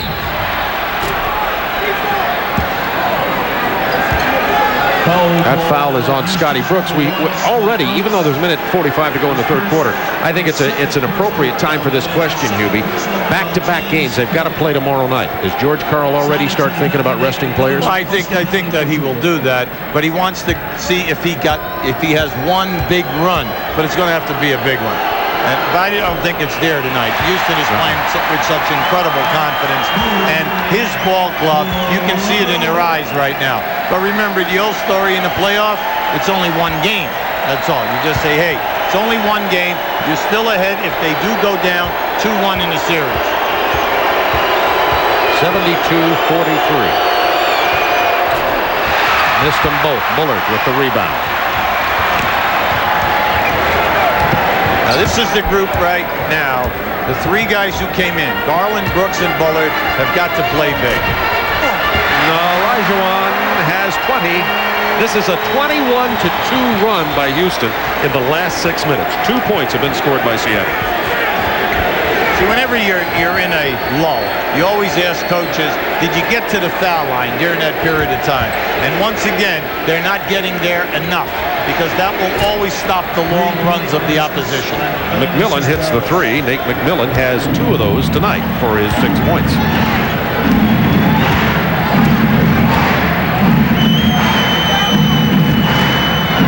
Olajuwon back in from Bullard. 22 for Hakeem. What you're seeing is when Hakeem gets double teamed, he's hitting Bullard. You must go play Bullard. We told you he's 10 for 18 and threes in the series. Then you throw it right back to the big fella. Otis Thorpe called for the foul with the push. For Thorpe, that'll be number 4. And Hakeem Olajuwon is 6 of 6 this quarter. All the things that didn't happen for Houston and Seattle are happening for them here. We named them at the beginning of the telecast tonight. Well, I'm happy for Rudy Tomjanovich. For a first-year coach, he has done a magnificent job. We said earlier his team was 31-9 in the second half of the season, and he's done it with defense, and he's made a team that was referred to as a reckless team with the basketball, bad shot opportunities. He has disciplined them, and he has forced them to become a major force defensively. We're talking. You have a lot of respect for the job this young guy's done. I tell you, he's done a terrific job. Let's face it, he's been here 22 years. As a player, as a coach, as a scout.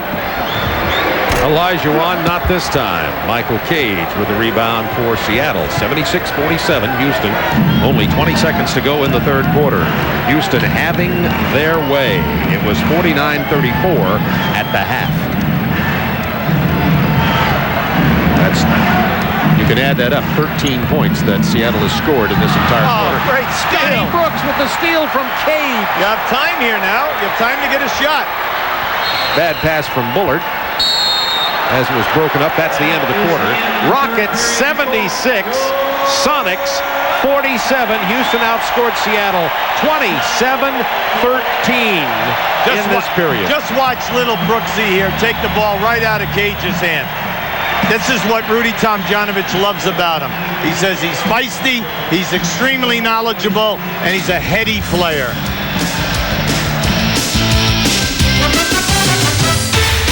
Be 2-1 after this. The view of downtown Houston. Look at the scoring by quarters. In case you're wondering, 47 points. The record lowest points ever scored by Seattle, 70. So they're 24 away from that. And if that graph keeps going that way, they'll end up with 9 in this quarter. Well, they've just reached a total frustration point. But what you do now is you throw in a lot of guys and you say, listen, just play loose the rest of this quarter. Let's see what happens. We'll work on some things that we really want to try to exploit tomorrow night. But the big thing here is you want to try for one more run. Let's see what you can do. By the way, the NBA record in the playoffs for fewest points in a game is 70, which is co-held by Seattle. So if they don't score more than 24, here, they'll tie that dubious distinction for a record. 8 on the shot clock. They're saying that was off Houston. It'll be Seattle ball.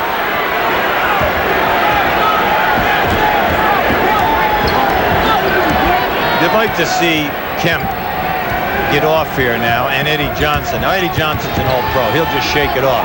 But Kemp, you've got to get him going here a little bit. Kemp battles inside and draws the foul. Eddie Johnson 1 for 10 in this game tonight. Yeah, but guys like Eddie Johnson and Pierce, Bob, we know that tomorrow they know it's another day. Forget about last night. We're cooking. But Kemp, he's been struggling throughout this entire series to begin with. I mean, he is definitely not dominating anyone, and they're looking for him to play big. And now with this new matchup where Olajuwon is playing him, this is a different look for him in this series. Talk about adjustments. There's an adjustment every game in this team. Both these teams have only tomorrow. And, you know, you have to question as to whether or not the coaches will even have shoot-arounds tomorrow, because they want to rest the legs of these players. So the adjustments will be tough to come by. Now they're giving you the zone press now. 2-2-1. And 10 to shoot for Houston as they set up their offense with 10:55 to go in the game. Double team on Hakeem. He's going to turn around and shoot it anyway. He knew there was only 1 second on the shot clock. We have a foul on Winston Garland. See, whenever you play against a team like this that prides itself in its traps, the most disheartening thing for them is when you accept the traps and get it out to other people and they score. It's like a dagger. But if you force the shot and take a bad percentage, now you're playing their game. George Karl said that his team had been beating traps successfully prior to the night's game. Vincent Askew with the jump shot.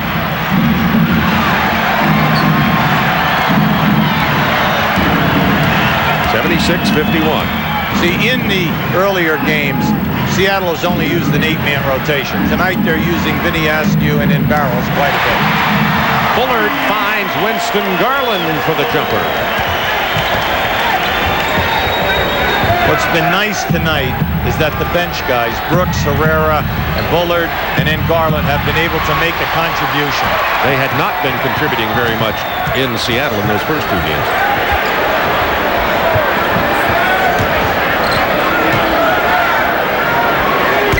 Everything falling. Winston Garland. Well, you better get out and play him. This is a guy that averaged 13 points a game when he was with Golden State in the playoffs just a few years ago.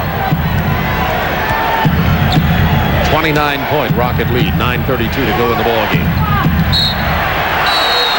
It's going to be Seattle ball. We have a timeout on the floor with the Rockets holding a 29-point lead.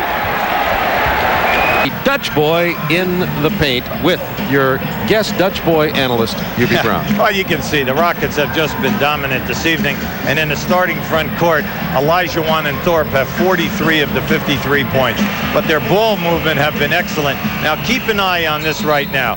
You're going to see as the pass goes into Olajuwon. Now watch what happens. You can see right here the double team is coming. All right, Garland is going to go to this area.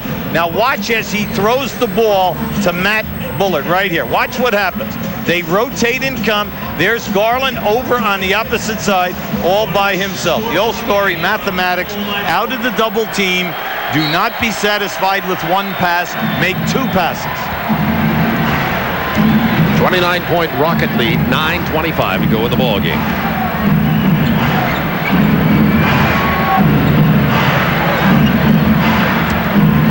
Bullard with trouble on that short hop pass. Here's Herrera, 8 to shoot. Jump hook by Carl Herrera over Vincent Askew. Well, this is a new shot that he developed over the summer last year. You know, he came in here and they're really happy with his progress. They feel they can play him like right now. He's playing a point guard. Yeah, he can play a center. He can play. That's right. Power forward. They're very pleased with the way he's developed. He didn't play Kemp too well there, as Kemp had position on him. I think there's a difference in their salaries to begin with, though. Just to start with.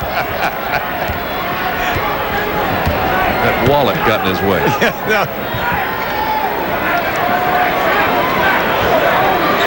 Otis Thorpe, who just had a tremendous start to this ball game, is quieting down now. There's the turnover.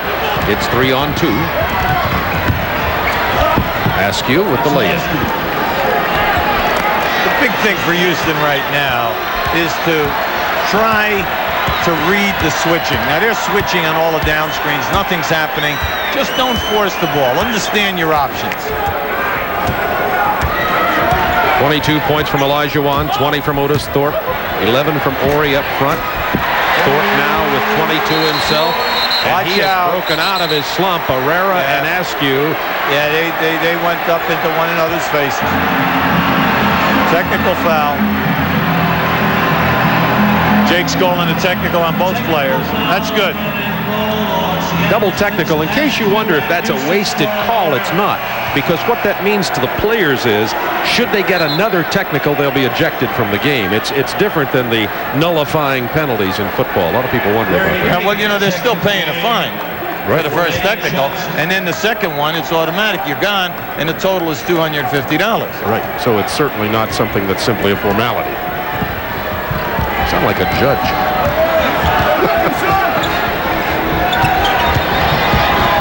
Askew on the drive over Herrera. Kemp battling for it. Loose ball foul. See, I'm glad that Kemp is getting a little success here. He kept that one alive twice. He's really bullying his way in there.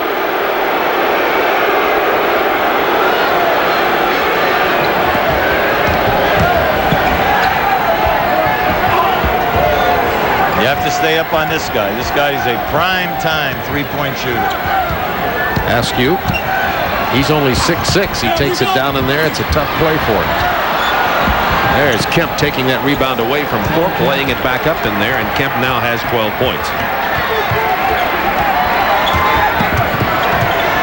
This game may close down to be a closer point spread than it is right now, but it's been basically a 30-point game. Bullard hits another three. UB told you. And he is outstanding from out there. The rain is coming out. That was a raindrop. He's now 11 for 19 in the series in threes. 30-point Rockets lead. 6:57 to go in the ball game. Houston has done everything you could ask tonight. Scotty Brooks with the long rebound. He takes it out and then tries the penetration. It's rejected. 19 on the shot clock. They got a new one after Bullard missed. See, Thorpe wants the ball. He's been calling for it. He's got Askew down inside. He's got the height advantage. 6 on the shot clock. Houston ball. And we have a timeout on the floor with the Rockets leading it by 36.5 minutes to go. Mercifully for Seattle. Real contest left as Seattle needs 14 points to exceed the 70, which is the NBA record for fewest points in a playoff game. David Stern, Rod Thorne in attendance tonight. I think Rod Thorne is looking with an evil eye. He's looking down there. No fisticuffs, right? No flagrant elbows, flying elbows. We're not having any of that tonight. Rod Thorne, the man in the NBA who levies the fines after any kind of fisticuffs or fights. It's been, I don't want to speak too soon, but the playoffs have been relatively free of any kind of violence. The league really worried about that. There had been quite a few altercations during the regular season, but it's been relatively violence-free. Rockets by 30. Kemp. But let's face it, before they started, if you want to throw a punch, you're going to pay a major penalty right now, especially if the punch lands. Good rule. Thorpe with the tip in. That'll give him 24 points tonight. They should give Thorpe the game ball. Right? Like in football, where they always give someone the game ball, they should give Thorpe the game ball. Thorpe 11 for 13 tonight. All of his points, or most of them, coming from right inside, some off of offensive rebounds, others because Tomjanovich called the plays to get him going early. Well, they tried to force the switches and then for him to roll down inside. But tonight, you got to give credit to his staff, Rudy Tomjanovich's staff. They emphasized that they wanted Thorpe to get more catches.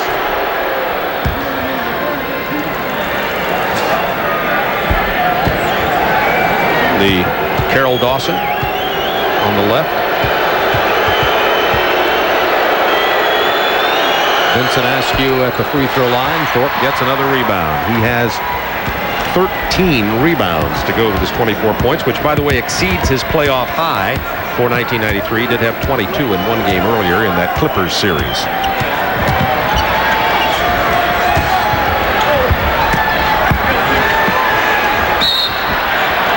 Foul on Seattle with 5:36 to go. In this series, anytime there's penetration down into the paint, you really have to realize that they're also looking for the long diagonal pass back out for the three, because we have two teams here in this series. Seattle's averaging 11 three-point attempts, and Houston is averaging 14 three-point attempts a game. That foul was on Kemp, his 5th. Cage is in. Kemp sits down. Coming up next on TNT, Inside the NBA with Fred Hickman and the Stinger Mike Glenn. They'll have the scores of today's game, preview of tomorrow's action also. Tomorrow, the New York Knicks and Charlotte will go at it again, as will Phoenix and San Antonio. How about that double overtime game last night? Well, come on now. 2 games in a row. Charlotte has forced the Knicks into overtime. You got to give them a lot of credit. Everyone playing hard down there, and then their inside people are playing big and putting up major numbers. Commissioner David Stern talking to us before the game as Cage gets the jam from Nate McMillan. Said we were talking about Michael Jordan, how well he's played, Hakeem Olajuwon. He said, how about Alonzo Mourning? Yeah, but never mind that. How about the littlest guy in the gym, Tyrone Muggsy Bogues, with 4 steals in the first overtime, and then hitting the big jump shot and the big foul shot to ice the win. Who can't love that? Thorpe from the baseline. He has 26. 31-point Rockets lead.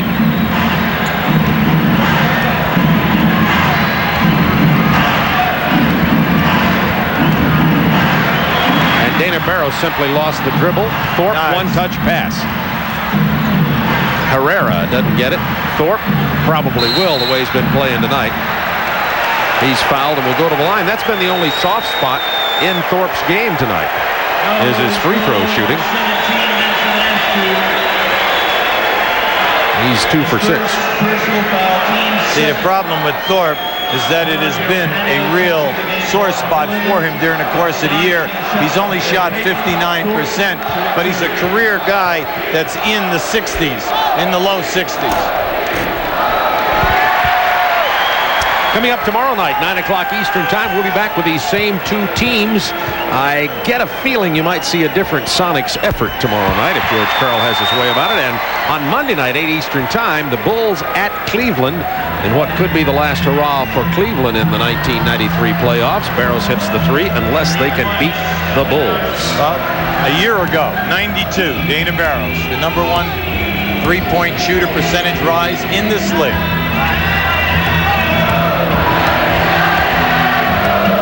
Well, they're even singing in the stands here at the Summit tonight. They're relaxed and enjoying this 30-point victory. Sleepy Floyd on the floor as Tree Rollins will be in a moment for Houston.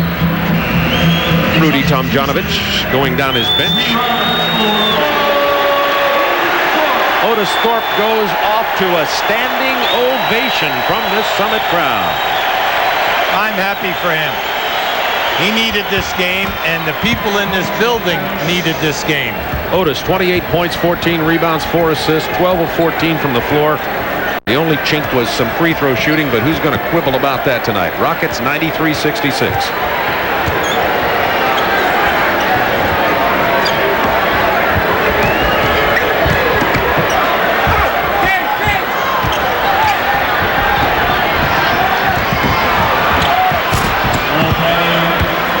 Gerald Patio from UNLV making the strong move to the hoop for Strong Seattle. move.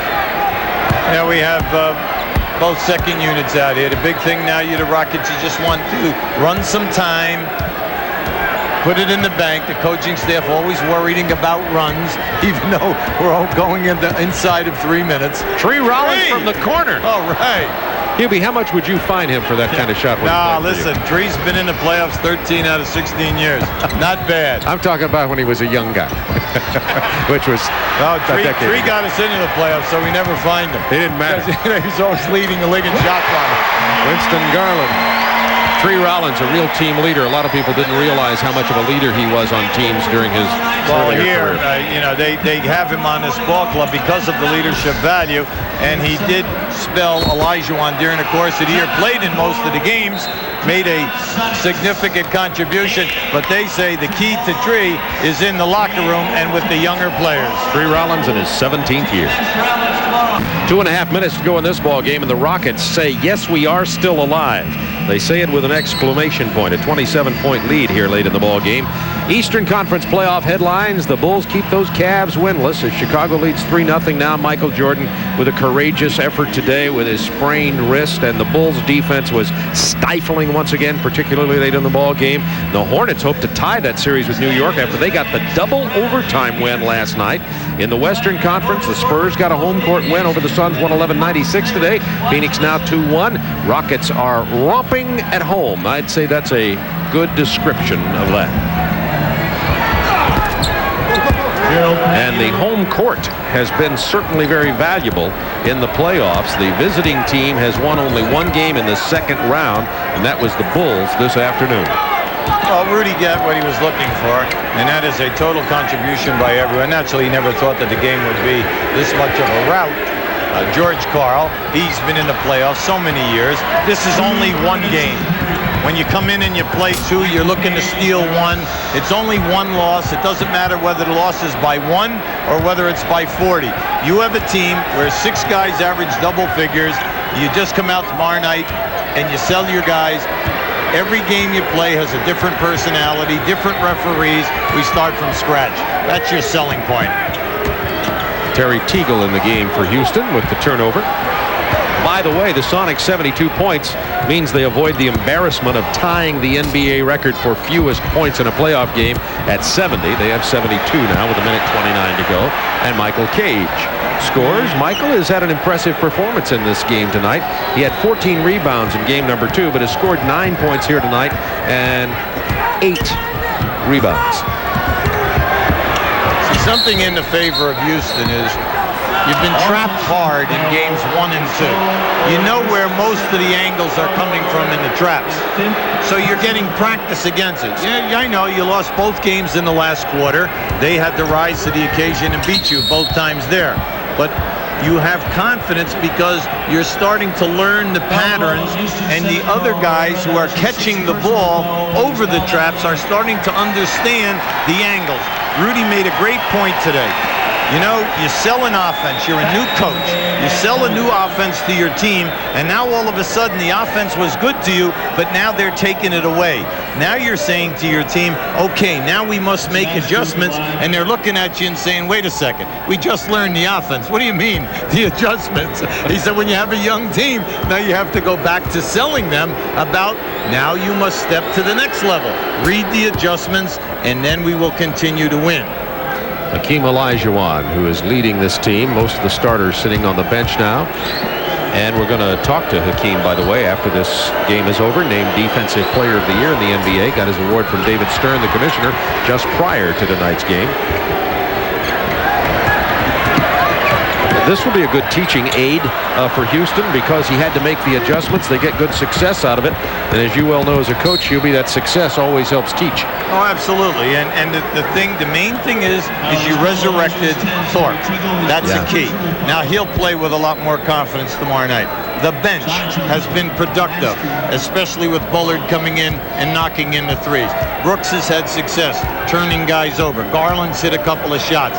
It kind of takes the monkey off their back for game 4. And like Rudy said, look, we're playing tennis right now. You know, they won the first. They said, oh, hey, now we just got to hold court. If we can win both, then it becomes a 3-game series. 95-76 Rockets with 57 seconds remaining in this game.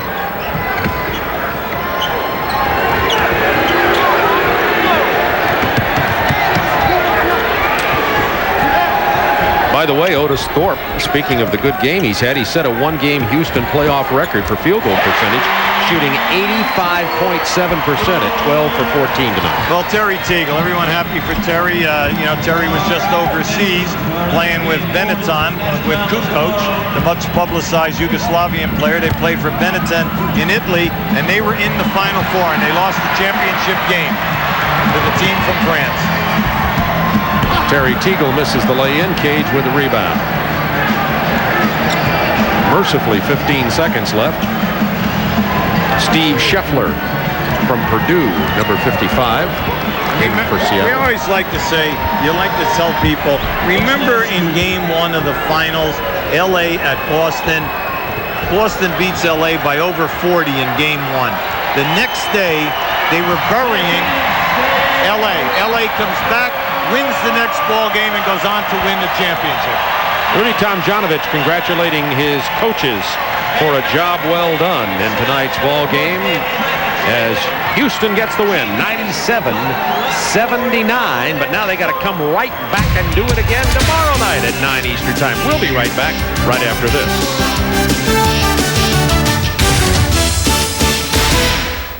Rockets now trailing in the series 2-1 as they hold court here at home, 97-79, in a blowout victory over Seattle tonight. It was great defense being played, and Otis Thorpe got started. We have co-players of the game. Otis Thorpe, who had been averaging only 7.5 points per game in this series, had 28 with 14 rebounds and shot 85% from the field, and that is a Houston record for field goal percentage in a game in the playoffs. And Hakeem Olajuwon, 22 points, 10 rebounds, 11 from 18 from the field, and just a routine with 4 blocks, I'll toss in. And after accepting the NBA Defensive Player of the Year award, Hakeem Olajuwon comes out and gets 4 blocks tonight. First of all, Hakeem, congratulations on the Defensive Player of the Year award. What does that mean to you that you get the award for playing defense? Well, that's a very big honor.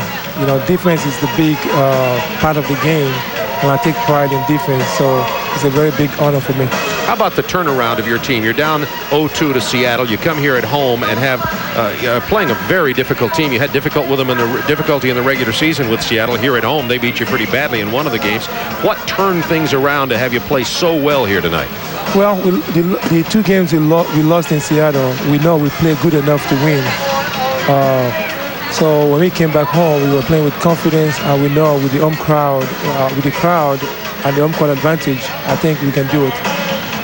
Hakeem, we were talking to your coach, Rudy Tomjanovich, today about your leadership, about the advances you've made in your game, your passing, your ability to do different things. But he said also he had a sense that you're a man who's at peace with himself, that you feel good about yourself. Tell us about how you are personally and how you felt during this year.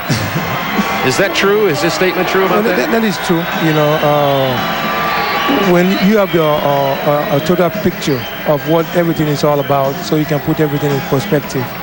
So I enjoy the game. I'm at peace, especially with my religion. So that makes everything so easy, and I know how to put everything in perspective. Now, what about the extension to the contract? It was a big issue at the end of last season. Once you signed it, you've put in a magnificent season.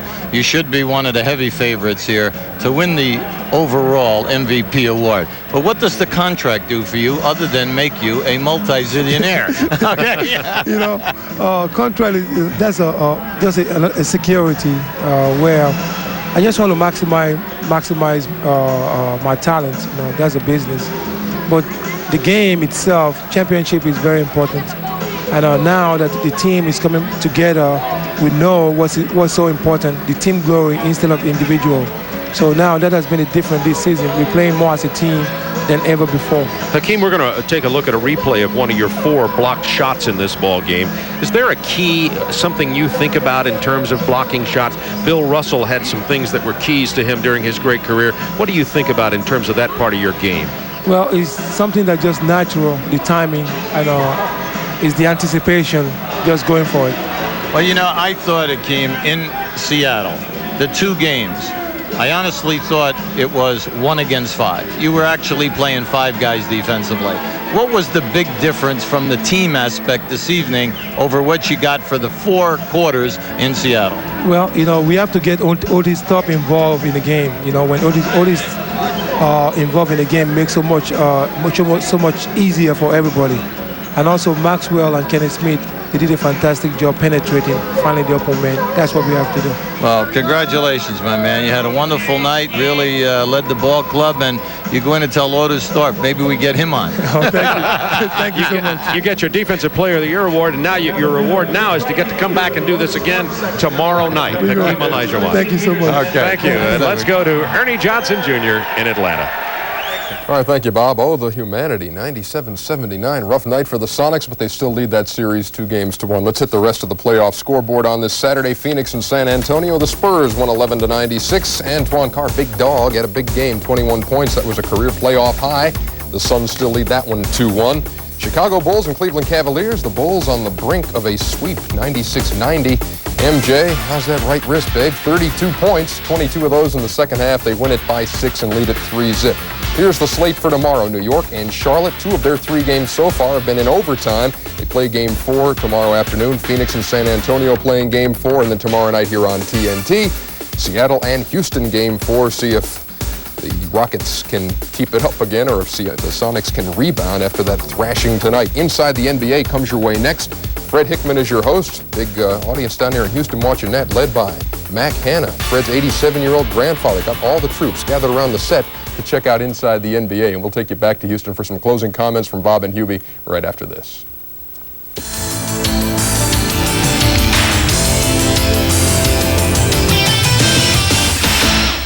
I'll lead this series 2-1 after the Rockets beat Seattle 97-79 here at the Summit. And tomorrow night, these two teams will go at it again at 9 o'clock Eastern Time. And Hubie Brown, George Karl's got to take this team and tell them, obviously, forget about this one. And what kind of adjustments will he make for tomorrow night? As good as Houston played, they didn't score 100 points. Yeah. So you know it's not there. Eddie Johnson, Ricky Pierce, 6 for 26. That's not going to happen 2 nights in a row. You go back in there, you say, look, our game plan is solid. We just have to make some shots. Don't worry about it. We came down with a mission to steal one of the 2 games. Everything will be fine. That's what George Karl will be telling his Seattle Supersonics, and we'll see if it works. We come back tomorrow night at 9 o'clock Eastern Time for the Sonics and the Rockets in Game 4 of this Western Conference playoff series, with the Sonics leading it 2-1. Head Fred Hickman and Mike Glenn coming along next with Inside the NBA, and Otis Thorpe, who had an outstanding ball game tonight with 28 points and 14 rebounds, will be featured on Inside the NBA. So for Hubie Brown, this is Bob Neal saying thanks for joining us from the Summit in Houston, Texas.